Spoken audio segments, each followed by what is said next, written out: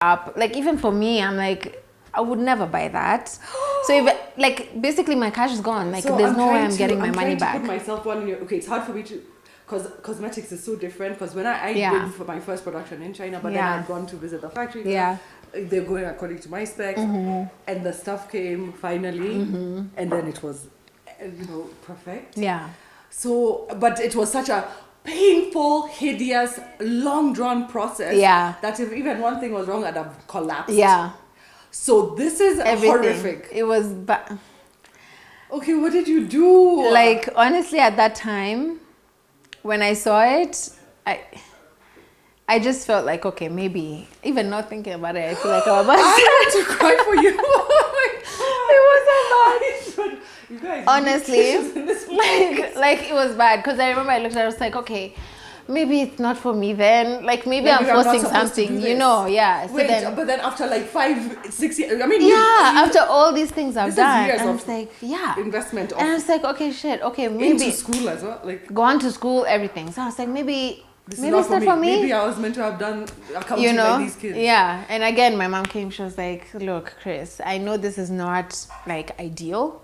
But yeah, I'm gonna give you time. You go cry. If you need a week, whatever, go cry. But you need to come back. And I was like, I cried for a week. I understand. I cried for a week, and I was like, no, am I getting money? Like, what's going to happen? No, but still, what you threw away the stuff? Like, what? We just kept it. I just kept it there as a reminder of like what not to do. So I was like, okay. A scrap production of something. It was just there in boxes, and I was like, I actually kept it in the garage, and every single time I'd want to like do anything to deviate from the new plan which I had come up with, I was like, no, that's your reminder. So I was like, okay. After 1 week, I was like, okay, fine, okay, let's circle back. Had you like, okay, you created the brand, whatever, the stuff is coming, so for you to just get into the market, right? Yeah, so for us, were there people waiting for the things? Not really. Phew, so I was waiting for the stuff to arrive, so that now we can do like a shoot. Yeah, we do the shoot, we do the content. Because in my head, I was like, still thinking very much like my old business, where it's like we need to take photos, we need to, put stuff on social. Like I still was thinking like that. And you can't do that if you don't have the product. Okay, fine. Let me tell you why then my heart attack has reduced. Because people are waiting. For me, I started off with marketing samples exactly as they were producing, and we had a launch. I see. And 3 months so later, everyone was a mass, whatever came. We even had pre-sale. As in you had that launch before the products came. We had launched 3 months before products were here. Wow. Yes, a full-on launch. 100 yeah. Also, that's why you're panicking for me. That's why I'm in complete panic. No, we didn't do all so that. I hadn't done anything. No, I hadn't done anything. Like for me, I was giving myself, because I wanted the products to be there before we begin.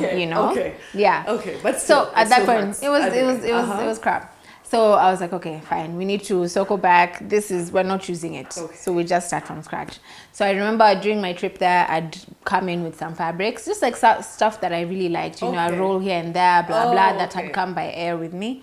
So I was like, okay, I'm just going to have to start, like, create a new collection.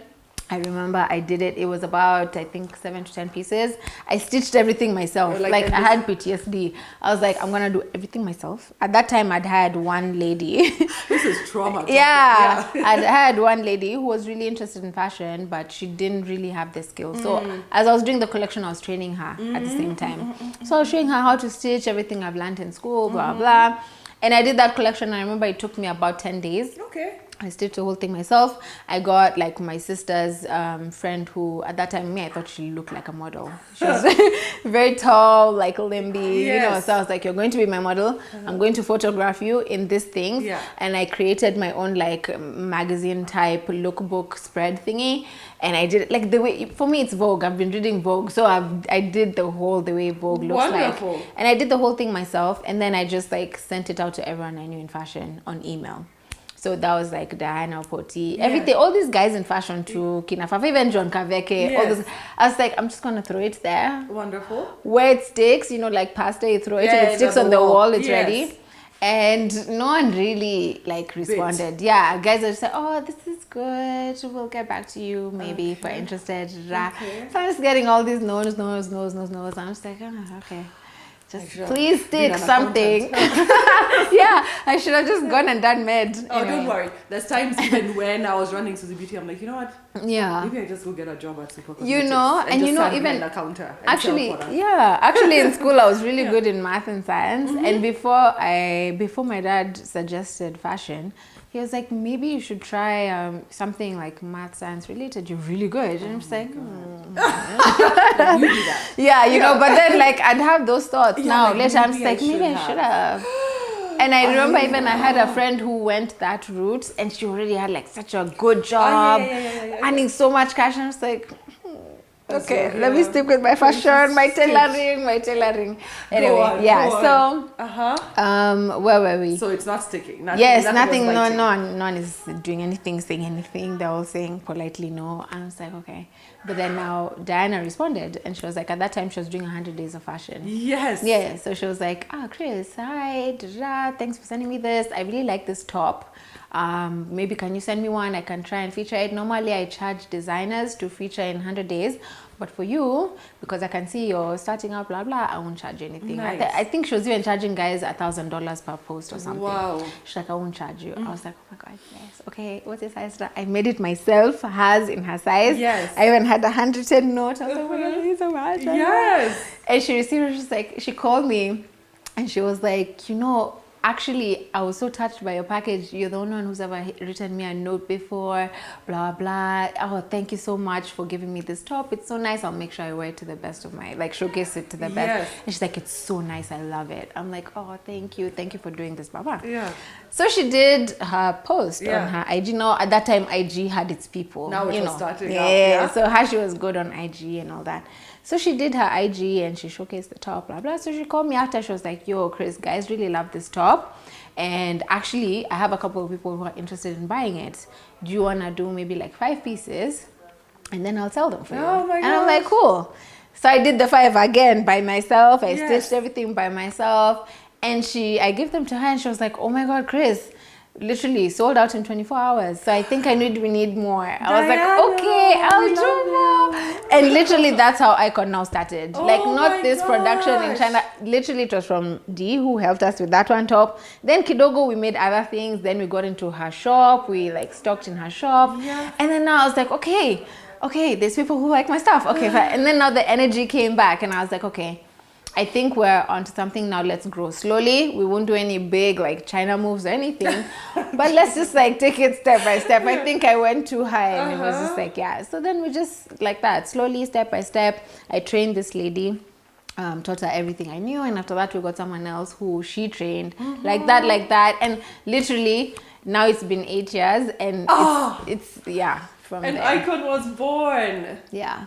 So yeah. That's that's the journey. I'm drained with girl. You know, I'm so lucky I was young. If I did that now and went through that now, I don't think I'd survive it. Youth is important. Youth is very fun. By the way, if you need to start, this is like a PSA. Actually, the title of this podcast is how to tackle the fashion industry 101. Yeah, and how to just do it when you're young, because you try and do this thing in your 30s. But if you're still in your 30s, just go and do it. Just don't make the mistakes we did. I think for me, we've lost the art of starting slow and starting small and going step by step. And understanding that each step means something and each step it's adds a lesson. To the last one. Each step is a lesson. Right now, people want that instant gratification. Yeah. They want to start something Chris just woke viral up and started Icon and went viral on IG just because she's cute. Actually, the brand now started getting a lot of it. I think out of our current Icon customer, I think we got half of them after and during COVID. That was 3 years ago. Yeah. We've been there for 8 years. Many people don't know that. Guys, it's like, what? Yeah, guys, it's like 8 years. I knew you guys 2 years ago. Like, everyone thinks that. But I think also the other thing is now during the COVID time, which is now another story we can get into. Yes. But that was the time now we really got into our digital pushing. You brilliantly chose to start online. Exactly. Yeah. Yeah, so... Okay. So wait. Okay, Icon, the name. Yeah, it's a special spelling. Yes. IKOJN. Tell The me. J is silent. Yes. So the name came about because my name is CRIS NJOKI. Yes. So it's NJOKI backwards. You know? Yeah. Okay. Is this the first time? Very blonde. Is this the first time you're doing this? Oh, is this the first time you're doing Yes. this? I'm so sorry. Yeah. That's so it's brilliant. NJOKI backwards and the J is silent. It just came up because I really wanted the name of the brand to have a piece of me without really being my name. Yes. You know? And I was like, I don't want to call it NJOKI fashion. Yes, exactly. So I was like, Fashion's limited. So I was just playing around with the letters and then I like flipped it around. And it's like, okay, we icon. can make it work. It looks kidogo Scandinavian, but It does. I'm like, the J is silent. Oh, is it Nordic? Yeah. It has like a something. Yeah. So I think for us, the toughest is getting new people to know how it's pronounced. So we get a lot of Icojin. Iconji. Icon. Yeah, icon. But then once people know, they don't ask again. Exactly. Like, icon. Exactly. Oh, that's even it. at home, you know, so I've been to her lovely lunches and I get gifts. Yeah. And I come over them and my boys are like, oh, this is now they're like, oh, it's icon. You went to icon again. You went to icon, yeah. And you know, once you know how to spell it now, it's like a pride. It's like you're proud. You're just like, it's icon. You don't know icon? And you want to correct everyone. Icon, what are you talking about? Guys get so personal about it. I'm like, guys, it's fine. It's like saying Versace. Yeah, or like Bulgari. Like, who says Bulgari? Like, seriously? Exactly. You don't know icon. And I'm like, thank you for representing us, but it's fine. That is a wonderful name. Yeah. And then, another thing I wanted to ask you about is what I've noticed about you is that you have your personal brand is very strong, right, and icon is very strong, right, and they stand independent. Yeah. I want to know how you conquered that. So actually, Icon came first because many people, because they've known Icon for a shorter time, or like they think Icon has been there for 2 years, they think CRIS came first. But it's actually Icon that came first. And because of now my experience with online and e-commerce and stuff, I was like, okay, we need to create an online platform for Icon. And I was the one who used to run it at the time. So even the accounts are older than my personal accounts, the Icon ones. And I just sort of, at that time, I was the face. Actually, it's not until last year, I was literally the only face you would see on Icon. But then later I realized, okay, it must get a bit confusing for guys because now you don't know if you're looking at CRIS or if you're looking at Icon because it's me all through. And then I also got so busy to the point where I can't be the one doing all the shoots now. I can't be the one doing all the content with you guys. So I had to. It's called evolution. Yeah, so I had to just kidogo extract myself slowly. But yeah, it's been a task. I think for me, doing Icon taught me a little bit how to handle CRIS. So after I did Icon for about 3 years is when I was like, okay, you know what? I feel like I've been through so much just starting this business, running this business. Maybe I want to showcase that, right? On personally as myself. Yes. And also I would want to show that I'm more than just Icon. I'm more than just this fashion brand. I'm more than more. CRIS, there's more to CRIS. There's more to CRIS than that. So that's now when I started my brand. And I remember even at the time, I had now seen some of my friends getting into content creation and also now starting to work with other brands. And I was like, okay, that I can use that to sort of like my advantage in a way. Number one, to learn how to elevate the Icon brand online through other brands. And also it'll be a good source of income for me as well. So that's when I started CRIS. And yeah, I think that was 2018 if I'm not wrong. And what's your insane following? Just tell me. I saw the other day and I was like, oh, it's not that big. It is. It's like 70K or something. Just about 76,000. It's really not. I was like, struggle with my whatever. So I'm asking that because for me, I go somewhere and they're like, oh, hi, Suzie Beauty. Yeah. And I've been trying for 4 years to be like, hi, I'm Suzie. My last name is not Beauty, it's Wokabi. So Suzie Wokabi is a person and Suzie Beauty is a makeup brand. And Suzie Wokabi, that's where it falls under. And these other things. I'm a podcaster as well, you know. I'm a mother. I'm not Suzie Beauty. Exactly. Yeah, So it's been a task. So that's, okay. Yeah. Awesome. I mean, it's been okay, I think, for me. Of course, people know that CRIS icon is by CRIS. Yeah. But it's difficult. I don't think I've experienced somewhere where, I mean, some instance where someone is like, "Hi, icon." Hi, icon. That's weird. I feel like, okay, hi.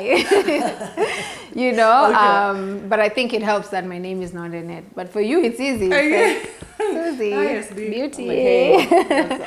Yeah. Okay, cool. So cool. So good. So now in the past, no, when did you open your first shop? At Westgate? Westgate we did during COVID. During COVID? Who opens a shop during COVID? Girl, even only me, you. I was like, it goes back to this like jumping with eyes closed thing. I feel like I just do it just to push. I'm like, let's see. Why? I mean, who said it can't? Like, let's just see. Let me See if you it that fails, maybe it fails. can. Yeah, but to be honest, even that one of opening my first store during COVID, I'd been thinking about it for a while, you know, because before what used to happen is we'd have stores, but where multiple designers in there. So that helps, you know, the burden of the rent, and at least you don't have to think about paying the full amount yourself, and you're there, and all designers can come together and chip in even with the marketing, pushing their clientele to the store. So we did that a lot, right? And for me, as we were doing that, I was still very heavily on e-commerce, you know, because for me, I'm still, like, I'm a believer. Online, digital, everything. Since those days, I was like, you know what? This is cute, the store, but me... That's where it's at. It's on e-commerce. So I do it just as a test, just like to be like, okay, you never know. Maybe we can just like get new clientele. I don't know. So that for me was safe. Doing it with other brands, it was safe. And I remember literally I was in Westgate already. So when we opened our store in Westgate, that wasn't the first time. We were there before, but now in a shared space. With other designers. Right? Okay. So in the space we were at, it was called Style Loft. And I remember it was a space that actually was created by the school I was in, the fashion school I was in. Yes. To cater for now all its student designers who had graduated, which was so good because it was able, it was great because then we were able to, you know, chip in with the rent, and it's not such a burden, and then you get your product out there, people get to know. So we were there before COVID, and I remember now the store closed down during COVID, like when COVID just hit, that time, that shut down. And you know, at that time to me, I felt like the store had just started picking momentum. Guys have started knowing, okay, you can get now local designers in Westgate on this first floor, blah, blah. And I was like, okay, it sucks that COVID came and like shut us down. But I kept feeling like, no, I feel like we still need something there, you know? And that's where I started thinking about opening the store. And it was so daunting. You know, even before I opened it, literally that month before, I was still in conversations with like 3 other brands. Like, guys, we just open together. Like, let's just open together. Yeah.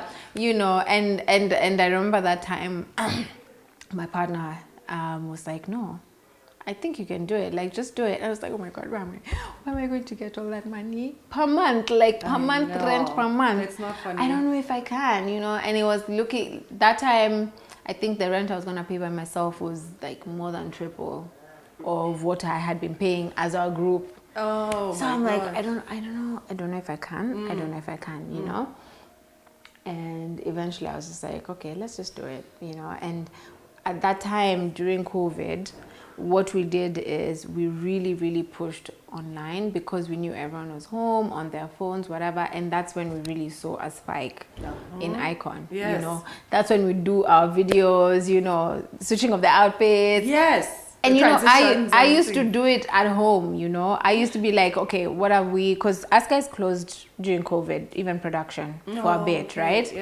And I saw a lot of brands now got into making masks and stuff, and I'm like, no.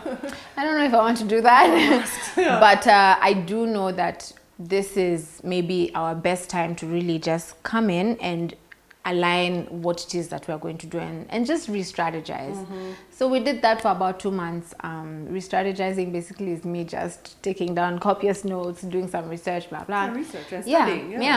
And after about 4 months, we reopened our production. Of course, we had the safety and everything, so everyone was like working, and we distanced everyone. And now we started going ham online, and guys would shop. Now at that time, did we have our website? We didn't have our website yet. So before we were still selling on Jumia online. But then now in the middle, like 2020 is when we're like, okay, now we need our website, because we're pushing a lot online on digital. People need a place where they can come and buy that's not influenced by other factors. That's the thing sometimes with being on a third-party website. It's like, it's not really yours. You don't have much control, you know? So that's when we opened our website in 2020, and it was with a different platform, and then we later switched to another platform. But I mean, that's when for me, I really saw the strength of online. Just taking advantage also of a bad situation, you know, and also just very smartly thinking. Yeah, of course, people are sitting at home. Guys are home just on the. I mean, we would literally post videos of just something so simple, of just me in a dress twirling, sold out, so sold out. You know, and it's like we're even like not trying to keep up. Sometimes it's like, okay, now we need to like feed this beast. You know, yes. And that's literally how we grew so much during such a hard time when I was so stressed in the beginning. And I was like, okay, there's a light at the end of the tunnel. Yes. I see it. And then we opened the store. I mean, we were able to make rent, and I was like, oh my god, we made rent this month, and we made rent the next month, and the next one, and now it's like, oh my god, yes, we're good. And now expanded to 2 more stores. Yes. At Imara Mall, and at Greenhouse. Yeah, on Gombe. And they're flourishing as well. Yes, they're doing great. So how often do you change your collections? So we do a new collection every month. Every month? Yeah. That's why nobody can get this. Every month. I feel like for me, that's my outlet. That's fantastic. You know, because I like, first of all, I'm in love with fabric. I'm in love with prints. That's when I feel most alive. I want to be able to like share the prints, create new designs. So for me, if I don't do that, I'll feel like, okay, this is just boring. The same old thing. This is boring. So this is also the definition of fast fashion. Yeah. Like, but then like not H&M, like yes, clean, nice, yes, fresh, yeah, just freshness. Yeah, I could say. I love that. For me, what I like to call ours, it's sustainable fast fashion. Sustainable fast fashion. I know it's contradictory, but that's ours. Exactly. No, you're not throwing away stuff. We are not, and that's what makes it bad. That's yeah, what makes fast exactly. Fashion bad. Yeah, and we do small quantities now. I learned my lesson. No more MOQs of 500. Like we do small quantities, different ones. You can control it. Exactly. So, and we give guys variety. You know, so it's great. That you are manufacturing locally is such a strength. Yeah. And I bow down because that is my plan. Yeah. And, we can't manufacture makeup locally. It's still not possible. I know it's my lot in life to make that happen. So, but I mean, thank you. Thank you. Because made in Kenya is everything. Thank you. No, it's been a journey. And I'm glad China didn't work out. Hey, yeah, actually it's true. It was a blessing in disguise. Yeah, it was a blessing in disguise. And, you know, building the manufacturing that we have now, maybe manufacturing is a big word, but the production facility we have in-house, making sure that it's, you know, right now we're 99% women. Literally, we have one guy. Wow. And he irons. Oh my God. Everyone else is women. And for me, it's the story is perfect. Yeah, just being able to see, because when I started, and with that one lady I started with, my goal was, because I know there's so many people who have this passion, right? They have this thing, they probably don't know how to describe it, but they have something where they feel like they have style, or they have an eye, or they have this passion for fashion, but they're not able to go to school like I did. Yeah. And for me, it was like, okay, how can I contribute? So you also wear a paying it forward hat. Mentorship hat. Exactly. Yeah. You know, and for me, it's like being able to bring in guys who maybe have very little knowledge, or maybe they don't have the right kind of knowledge. For them, they just know how to do the proper kenyeji. So we bring them in and we show them the professional way to do it, the patterns, cutting, nini, and have like a nice working environment for them. For me, that's like goals, you know. It's like I'm achieving my own goals. so I like it. Okay, thank you. Yeah. Because I've learned everything I had questions about. Yeah. Because like you're saying, I don't know that it was 8 years in the making. I don't know this crazy journey that you've been on. Right. And it seems so simple and flawless, and poof, here she is. And she's just like amazing. So I love such a deep story. Yeah. And I'm so glad that you were able to tell it to me on here. And thank you for even opening me up to share that. I know there's some details probably I haven't shared before. Oh, yay. So I like first that you first heard on Suzie on Suzie Beauty. The Suzie Beauty TV show. But yeah, no, sometimes I actually look around and I'm just like, I almost have to pinch myself. I'm just like, oh my gosh, okay, I remember that China thing, or like I remember all of these. The number of times you put a few times where you were like, let me just stop this. Yes, let me just give up. And you never did. I'm even glad to say like that pressure I had of proving myself now it's like gone. Been done. Yeah, I'm just bye, like, doctor. I think I'm good. Bye, lawyer. Yeah, I think I'm good now. And now it's like I'm doing things because I want to do them. Yeah. I'm not and you're feeling living like your dream and your passion. Yeah, and I'm able to help others along the way. For me, it's such a blessing. Honestly, I couldn't ask for anything better. So. I'm so proud of you, and I'm so glad to know you. Yeah, and I'm inspired. Yeah, 100%. So thank you so much. Thank you. Oh, you guys, I don't know. I know there's more to it than building a fashion business. It's so much. Yeah, I'm going to now go and recover. Yeah, I took you through it with me. You did. I went all the way. Yeah. So, thank you so much for being here. Thank you for having me. And I know you have. How do you balance? I know you have a separate personal life. Yeah. I mean, I don't know, balance. Balance. What is I get balance? asked that all the time, and my answer is like I prioritize. That's right. It. I know what comes first. And right. What, yeah, there's a lot of that, but to be honest, I can say like I don't have the balance yet. I can say that. I can say that truthfully. You don't look like you get overwhelmed. I do. But I'm one of those people. I get overwhelmed and I want to sleep. So that's my coping mechanism. You don't shout. And make noise. I get stressed and I'm saying. You nap through it. I nap and I'll nap for 30 minutes and I'll wake up and I'm just like, now I got it. Now this is what we're going to do. That is a gift. So in terms of balance, I wouldn't say I have the balance just yet. Mm-hmm. Of course, there's things that will happen. Maybe I don't know how to sort. I don't have all the answers. And I'm just going, I'm pushing it as we go. I don't want to make it seem like everything is perfect and rosy, but there's a lot of prioritizing that goes into it. Mm-hmm. I also really try to empower my team because they're literally the only reason I'm able to do anything else other than live, breathe, drink Icon. True. So I think for me, just building that team to a point where they can do things without really needing me is important because I'm building their character as well and I'm building their skills. But balance, we're still not there. We're still working on it. And I'm going to say I think you kind of have it. You don't know it because, I don't think, nothing's falling. Nothing's falling. So yeah. You balance. Yeah, I guess. So, thank you, darling. This was amazing. Thank you. And I'm watching. Mm-hmm. Where's everyone? Sorry, where are they watching? Like I'm watching. Oh, where's your? Okay. Where your? Yes. So online you can find our website www.icon.com. On social, we are Icon. IKOJN. IKOJN, and it's Icon. If anyone says Iconja, correct them. So we are on all platforms, yes, including Pinterest. I know you're asking. All platforms. On Instagram, we're Icon Live. So that's the only one that's different. Icon Live. How come? Actually, I don't know. Okay. Because I started the Icon page and it's like, for me, I wanted it to seem like, okay, this is us live in action. Okay. Like perfect. Icon Live. That's and we've never changed it. So awesome. It's Icon Live. So Icon Live on Insta. Yes. Okay. And if you'd like to come and interact with the brand in person, we are, as Suzie said, in 3 stores. So we are at Westgate Mall, first floor at the pop-up market. And we are at Imara Mall, first floor as well.